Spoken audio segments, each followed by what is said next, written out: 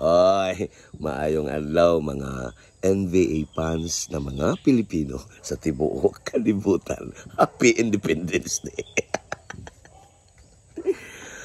Ginoo ko, Game 3. Dallas Mavericks versus Boston Celtics. Result, 3-0. Tulo kaigang ang Dallas, 0 pa kaigang ang Boston. So, in short, pastang iganga. Kani mga kaigsunan.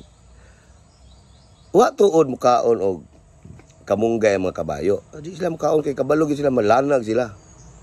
Pero ang mga kamunggay po, mga marunong po kayo. Wa sila pagkaon pero gilatos nila ang kabayo sa ilang kagulingong balay. Perting panagan sa mga buwang. Unang ako, wa dyo ko magdalas, bahala oroy mo dia. Ako nag-under ako. Under. 213.5 man ang total. Pero wa magkabot 213 ang total score nila. Mo nang under. Nalang kabawi ko gamay ani. Tama gid akong desisyon na di ko magpa-tik-atik ani kay murag maninuod gyud ning Dallas kay uhaw pa ni Camel po ning Dallas. Aw yawa kaning Boston, uhaw po ni sila, gusto gid po sila taas-taas na panahon na wa sila ka champion. So kana na lang ko di na ginabuhi. Ang may tabo gid ani either 4-0 or 4-1 ra gina. Mao ra gina, wa na gitay mahimo dia. Hay ginoo ko, kay di na mamao, wa na mamao ang duwa sa Dallas. Liman ka guys ang igipil din la Clippers, Oklahoma o Minnesota, mga power kay na mga team. Pero kaniwa ang Boston gay napildi pag ikaisa sa kuan. Cavaliers na kulangan.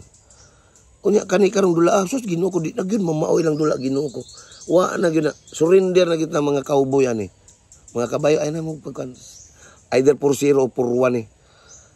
Mo na ay na nagatik-atik mo dia kay igang ni.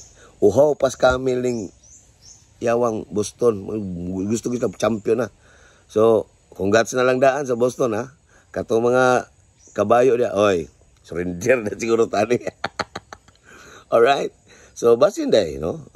Tamay balo. Basing pwedeng sayop ko. Game 4, umaabot. Basing mo straight po sila. Wa kay bawo. Pero ako, wa na gyud ko pag-asa na. Wa na gyud kong believe lang dinulaan na yawa. So, katog, see you sa Game 4. Kung napamay may tabuan ng milagro, mo na atong paghampo dia. Alright? Enjoy. I love you. Buisit.